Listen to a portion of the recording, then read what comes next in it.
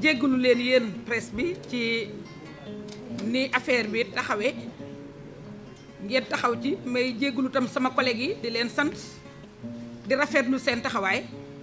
ndaxte mbir mi jàmp na jàmp goo xam ni ñoom ñoo ko jàmpal ñoo ko indi procédure d'urgence ku ci nekk am tënk-tënk yu tax seetluwuloo ci saa si ñu ngi woon plénière ci la ñu décidé pour dajeeg yéen ngeen farlu ci lool ñu di leen ci gërëm mais ñoom parlementaires yi itam ñu xam seen responsabilité ak leader yi nga xam ne ñoo fi teew parce que leader politique yu ci bëri 1 heure de temps avant yëguñu woon ne dañu war a ñëw fii mais teewul dem nañ ba jël la pleine mesure de ce qui se passe ana loolu mooy lan mooy loo xam ne tey du benn nit la soxal du parlementaires yi la soxal du opposition bi rek la soxal mais réew mi yëpp la soxal maanaam tey ki nga xam ne moo nekk ci bopp réew mi moo bëggatul dara ump ko te yàgg na ci pexe yooyu ak fu mu mën a jëmale pexe yi nag ndaxte ay pexe suñ ko dee ràbb buñ ko ràbbee ba mu mët doo xam ci kan la jëm bu kenn ci kenn la jëm ñëpp ñeen dañu nekk en sursis ñëpp yéen lim leen digoon def na leen ko dinaa ci ñëw parce que infraction liée aux technologies de la communication et de l'information mooy seen réseaux sociaux yooyu ñu bëgg a tëj ñu yéen épargné wuñ leen parce que ku nekk xam na ne dafa am lu xew te kenn mënu ko téye léegi lu xew à l'instant ñëpp yëgandoo ko buy dem ci Facebook bi ñëpp yëg ko dem ci Instagram dem ci Twitter beeg yëpp loolu nag kenn mënu ko contrôler te loolu la ñuy tenté contrôler ma bëggoon nag wax leen ni soo gisee ñu def lii am nañu lu ñu rôle bu ñuy war a jouer à l'Assemblée nationale dinañ ko def suba incha allah waaye su fekkee ni mbir dafa dal ci ay nit te ñooña nga nekkal leen fa parce que yéen a ñu yónni Assemblée nationale te jàpp leen nag ni ñun ñii nii ak nu ñu mënti toll mu bari mu néew ñun kese nag ñoo leen nekkal Assemblée ñi ci des nag nekkaluñ leen fa loolu rek laa leen bëgg a yëgal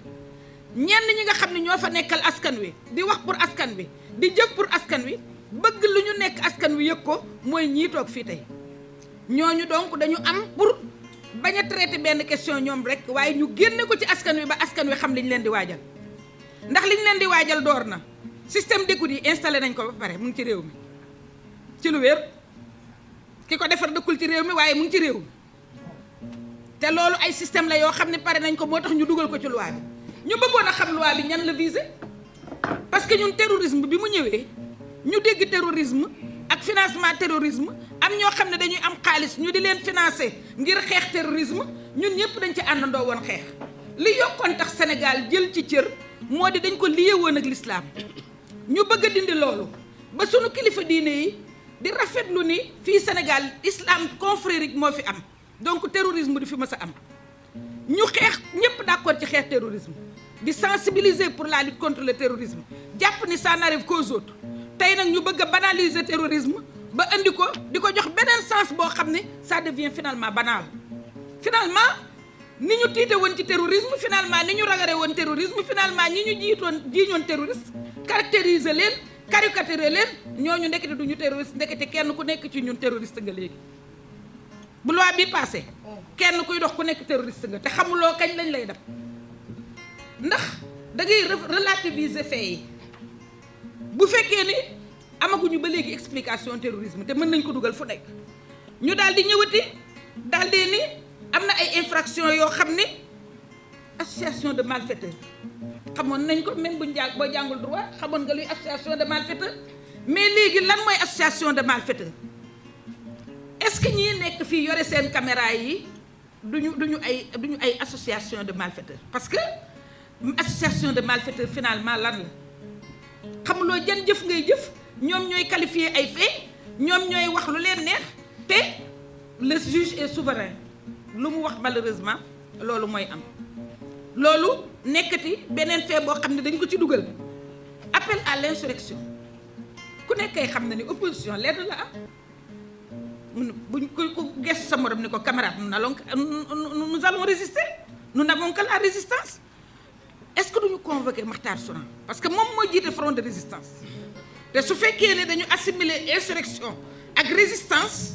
te front de résistance nekk fi bu jógee day sañ sa ba bëgg a dee ñun ñu topp ci gannaawam may mën a Nafissatou mu am ay jigéenam kon yii ku moytuwul ay terroristes yu dox lañ léegi front de résistance am fi ñu naan nous allons résister dañuy résister est-ce que résistance boobu te ku nekk xam na ni moom ndeysaan c'est un homme très pacifique est-ce que résistance boobu duñ ko assimiler à de l'insurrection ne dafa appeler à l'insurrection appel à l'insurrection mooy lan moom it ñu bëgg ko kii ak terrorisme rassemblement yi nag moom moo gën a garaaw boobu moom mooy musiba naaru laay parce que ñoom ku nekk xam nañ seen système d'infiltrage fii ñu toog nii rek infiltré nañ ñu fii ñu toog nii kenn ku nekk na xool sa morom boo ko xamul rek xam ni kookoo ñu infiltré parce que ñoom loolu mooy seen méthode ñoom dañuy infiltrer suñuy réunion di infiltrer suñuy rassemblement di infiltrer bay infiltrer suñuy kër day am léeg-léeg réunion da ngay jékki-jékki rek kenn ku ñëw toog ca gannaaw nga ni ko bas maxtaar daal ni ko kii kooku daal di ni ñoo ket xam ni identifié dañ ko ne daal di jóg dem yoon doo xam ban parti la représenté donc c'est leur méthode donc dañuy def ay rassemblement du say militant rek ñoo fay nekk dañuy yabal ñeneen ñoo xam ne seen ay mercenaires lañu ñu ñëw infiltrer réunion ba def fa casse kooku tam infraction la ci texte bi fekk nag tu es responsable de rien su fekkee ni mbooloo dafa ñëw ku nekk ñëw ci mbooloo mi mbooloo ku nekk ciy ñëw loolu la mbooloo baaxoo mbooloo boo gisee ñu naan nañ ko encadrer c'est que ku nekk mooy ñëw ci mbooloo mi su fekkee ne nag délit bu ñu def ci mbooloo mi ki woote mbooloo mi mooy responsable loolu itam il faut que ñu revoir ko mais li gën a grave moo di dañuy dem ba Sénégal vie privée dootu fi am vie privée dootu fi am gisoon nañ ko gis nañ camion bu ñëw taxaw buntu kër Ousmane Sonko lu xew ci biir kër gi ñu yëg ko ñu jël matériel ba téye muy problème mu jeetuñu lu dul ñoom di négocier naan waaw mais waxatuñu dara mais nañ ñu jox suñu matériel parce que matériel ba dafa doyoon waar fii lu nekk xew na fi mais lii rek dafa jéggi dayoo parce que lii kenn mësu koo gis lii amul fenn te loolu du ñun rek ñoo ko war a gis parce que xëy na ñun ñoo yore texte bi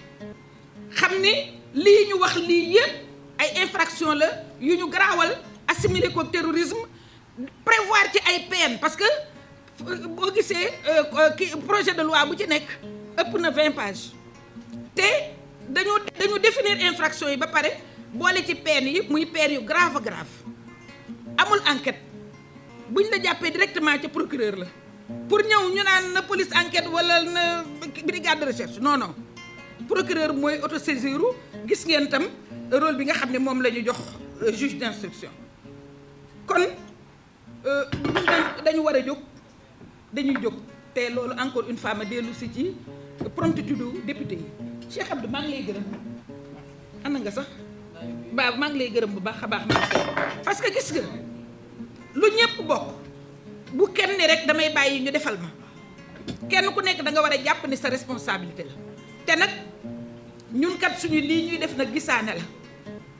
ndax ku ci warul a bokk rek doo ci bokk mais ku ci war a bokk nag jël ci lii sa responsabilité Serigne Cheikh mii moo war a intervenir en dernier lieu mais dafa obligé intervenir joxe place am pour teel a intervenir pour mën a ñëw teew fii c'est-à-dire que kenn ku ci nekk mën nañ wax sacrifice bi nga def pour mën a ñëw teew loolu nag su amee ñun askan wi moo ñu ñor askan wi la ñu bëggoon a ñëw wax leen ni leen lii mooy nar a assemblée demain matin lii mooy ñëw xew assemblée ñun ñi ngeen fa yónnee dinañ def lu ñu mën mais ñun doyul parce que mbir mi ci yéen la jëm si parce que dégg naa député yi sax boole nañ leen ci ñi nga xam ne duñ jékki-jékki rek kii leen mais nit ñi nag le citoyen dafa war a am vie privée citoyen bi dafa am droit de se regrouper citoyen yi dañu am droit mais léegi daayira yi sax bu leen xam c'est-à-dire regroupement yépp léegi mën na indi problème loolu nag su amee ñun ñu ngi leen di wax ne bu subaa dinañ dem ñu ngi leen di wax ne bu subaa dinañ leen fa taxawal waaye seen tur lañ fay taxawee il faut que opinion bi ñoom ñëpp fileeg suba ngeen def ba ñu yëg ni assemblée nationale ñu ngi jàdd yoon bu metti te ci volonté bi nit rek parce que wax yàlla nekkuñu ci royaume ci république lañ nekk ngeen baal ma ak wasalaam